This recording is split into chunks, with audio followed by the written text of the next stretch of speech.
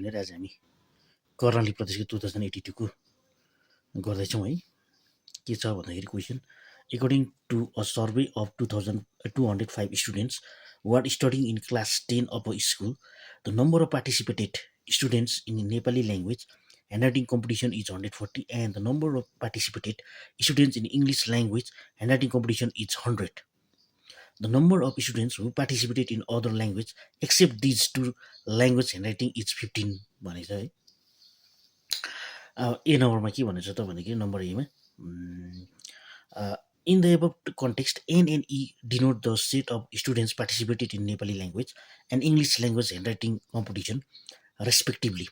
Write the cardinality notation of the set of students who participated in other language except these two languages भनेको complement बार निकाल्नु पर्यो हामीले। Present the given information in a van diagram भनेको छ है be नम्बरमा। C नम्बरमा चाहिँ के भन्दैछ भन्दाखेरि find the number of students participating in exactly one language hand writing competition. Exactly one भनेको ओन्ली वान भनेको ल ओन्ली वान ल्याङ्ग्वेजमा ह्यान्ड राइटिङ कम्पिटिसनमा पार्टिसिपेट हुने स्टुडेन्ट नम्बर चाहिँ हामीलाई फाइन्ड गर्नु भन्दैछ है। नम्बर डीमा चाहिँ के भन्छ compare between the number of students participate in at least one and at most one language hand writing. At least one र एटमोस्ट वान ल्याङ्ग्वेज भनेको चाहिँ एटलिस्ट वान र एटमोस्ट वान भनेको चाहिँ के हो त, त्यो चाहिँ हामी गर्नेछौँ है। ल क्वेसनमा के देख्छ हामी लेख्यौँ है। क्वेसन नम्बर 1 लेखौँ, सल्युसन लेख्यौँ है। सल्युसन है क्वेसनमा के देख्छ हामीलाई टोटल नम्बर अफ स्टुडेन्ट्स छ। टोटल नम्बर अफ स्टुडेन्ट्स भनेको चाहिँ एनयु इजिकल्स टु कति छ त हाम्रो 205 छ है। त्यस्तै गरेर नेपाली ह्यान्ड राइटिङमा पार्टिसिपेट हुने स्टुडेन्ट नम्बर कति छ त भनेको 140 छ है। त्यसै गरी इङ्ग्लिस ह्यान्ड राइटिङमा पार्टिसिपेट हुने स्टुडेन्ट्सको नम्बर चाहिँ कति छ त भनेको 100 होइन। त्यसै गरेर दुइटै अदर ह्यान्ड राइटिङमा पार्टिसिपेट हुने अथवा नेपाली अनि इङ्ग्लिसमा दुइटैमै पार्टिसिपेट नहुने स्टुडेन्ट्सको नम्बरलाई चाहिँ हामीले के रिप्रेजेन्ट गरौँ एन युनियन ईको बार अथवा कम्प्लिमेन्टले इन्डिकेट गरौँ है। त्यसको चाहिँ नम्बर कति छ भने 15 छ। अब हामीलाई फर्स्ट नम्बरमा के सोधेको छ त भन्दाखेरि ए नम्बरमा इन द हामीलाई के निकाल्नु भनेको छ the set of who find the number of students who participate in other language except this two सर्टेजेस इन सेट नोटेसनमा डिनोट गर्नु भनेको छ हामीलाई। सेट नोटेसनमा डिनोट गर्दा के हुन्छ त भन्दाखेरि ए इजिकल्स टु हाम्रो यही हो। सेट नोटेसनमा डिनोट गर्दाखेरि एन युनियन ईको बाले डिनोट गर्छ कति छ हाम्रो 15 हो। नम्बर ए एन्सर यो हो है। नम्बर बीमा चाहिँ present information above information van diagram भनेको छ है। Presenting in van diagram, presenting in van diagram यो हुन्छ हाम्रो है। तर अब योभन्दा पहिला चाहिँ हामीले के गर्नुपर्छ लेट गर्नु पऱ्यो।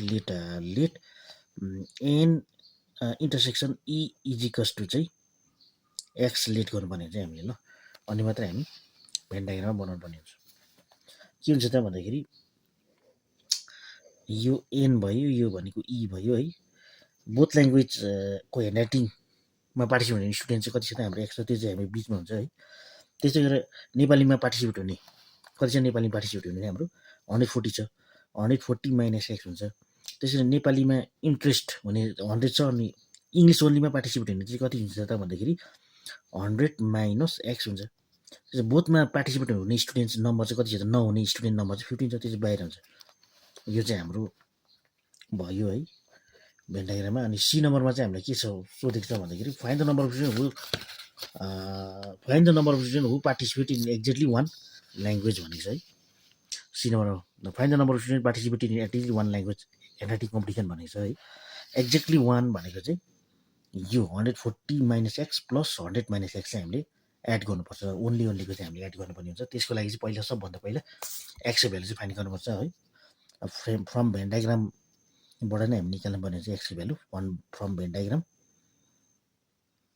सबै एड गर्दा कति हुन्छ त भन्दाखेरि 140 माइनस एक्स प्लस होइन यो एक्स प्लस यो भित्रको 100 माइनस एक्स प्लस बाहिरको 15 एड गर्दाखेरि चाहिँ हाम्रो कति हो त टोटल नम्बर अफ स्टुडेन्ट्स त हाम्रो 205 हो होइन। सबै एड गरौँ न, सबै एड गर्दा कति हुन्छ त अब, अथवा यो ब्राकेट ओपन गरौँ पहिला चाहिँ।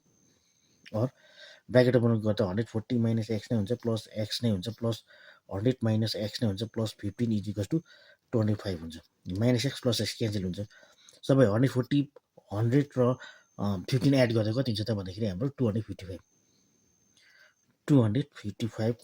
- x छ इज उतापट्टि 205 नै छ।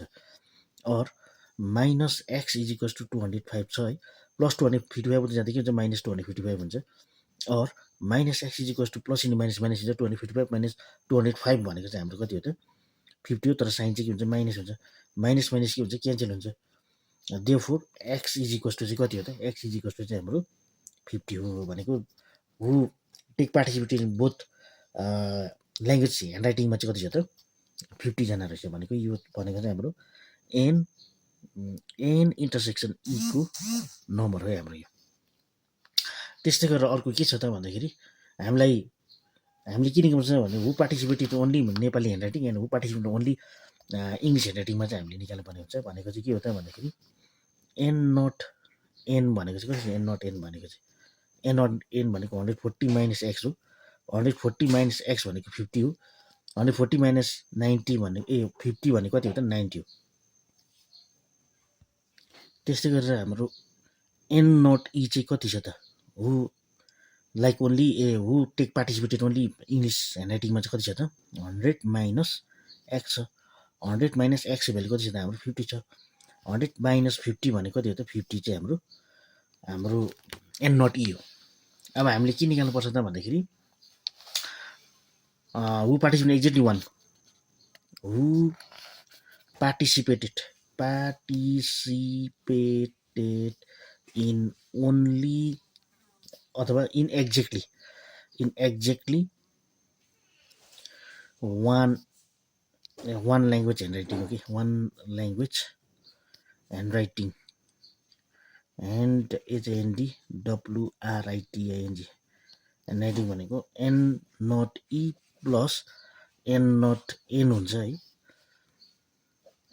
एन नट ई हाम्रो कति आएको छ त भन्दाखेरि एन नट ई भनेको हाम्रो 50 छ है। एन नट ई भनेको 50 छ प्लस एन नट एन भनेको कति छ 90। दुईवटा एड गर्दाखेरि कति हुन्छ हाम्रो 140 चाहिँ हाम्रो। र डी नम्बरमा चाहिँ हामीलाई के भनेको छ भन्दा compare between the number of students participated in at least one and at most one language handwriting भनेको छ है। अब के गर्ने त्यसको लागि चाहिँ भन्दाखेरि भेन डायग्रामै हामीले हेर्नुपर्ने हुन्छ है। भेन डायग्रामबाट हामी सजिलै बुझ्न सक्छौँ है। हेरौँ हामी Venn diagram at least one language ह्यान्डराइटिङमा चाहिँ यो 140 - x प्लस 100 - x एड गर्नुपर्छ एटलिस्ट वान मा चाहिँ होइन। एटलिस्ट वान ल्याङ्ग्वेजमा चाहिँ यो प्लस यो गर्नुपर्छ एटलिस्ट वानमा चाहिँ। एटमोस्ट वानमा चाहिँ यो प्लस यो 15 चाहिँ एड गर्नुपर्ने छ। यो चाहिँ एड गर्नु हुँदैन, बिचको इन्टरसेक्सन पार्ट चाहिँ हामीले एड गर्नु हुँदैन है। एटमोस्टमा चाहिँ एटलिस्टमा चाहिँ यो प्लस यो एड गर्नुपर्छ भने एटमोस्टमा चाहिँ यो प्लस यो बाहिरको एड गर्नुपर्ने हुन्छ। ल एटलिस्टमा चाहिँ हामी के एड गर्नुपर्छ त भन्दाखेरि एटलिस्ट वानमा चाहिँ एटलिस्ट वानमा के एड गर्नुपर्छ त भन्दाखेरि n not n plus n intersection e plus n not e चाहिँ हामीले एड गर्नुपर्ने हुन्छ है। एन नट एनको भ्यालु कति छ हाम्रो भन्दाखेरि 90 प्लस एन इन्टरसेक्सन ईको भ्यालु चाहिँ कति छ भन्दाखेरि 50 छ प्लस एन नट ईको पनि कति छ 50 छ। सबै एड गर्दा कति हुन्छ हाम्रो 190 हुन्छ। यो एटलिस्ट वानको भयो। अर्को हामीले एटमोस्ट वान पनि निकाल्नुपर्छ है। एटमोस्ट वानको चाहिँ कति छ त भन्दा के एड गर्नुपर्छ त भन्दाखेरि एन नट एन त एड गर्नैपर्छ प्लस होइन एन नट ई पनि एड गर्नुपर्ने हुन्छ है प्लस एन युनियन ईको बार चाहिँ एड गर्नुपर्ने हुन्छ। कतिको छ तिनीहरूको नम्बर एन नट एन भनेको 90 छ, एन नट ई भनेको 50 छ प्लस एन युनियन ईको कम्प्लिमेन्ट भनेको चाहिँ कति छ त भन्दाखेरि 15 छ। हाम्रो सबै एड गर्दा कति हुन्छ त भन्दाखेरि 155 हुन्छ। अब कम्पेयर गर्नुपर्ने हुन्छ हामीले। कम्पेयरिङ भन्दाखेरि माइनस गरेर गरौँ त ल। कम्पेयरिङ रेसियोमा निकाल्दा पनि हुन्छ है अथवा माइनस डिफ्रेन्स त्यसको डिफ्रेन्स निकाल्दा पनि हुन्छ। हामी डिफ्रेन्स निकाल्यौँ है। हु लाइक एटलिस्ट वान चाहिँ कति छ हाम्रो 90 छ होइन। हु टुक पार्टिसिपेट इन एटमोस्टमा चाहिँ कति छ त 155 छ। यो 190 - 155 भनेको चाहिँ 35 यो चाहिँ हाम्रो एन्सर हो।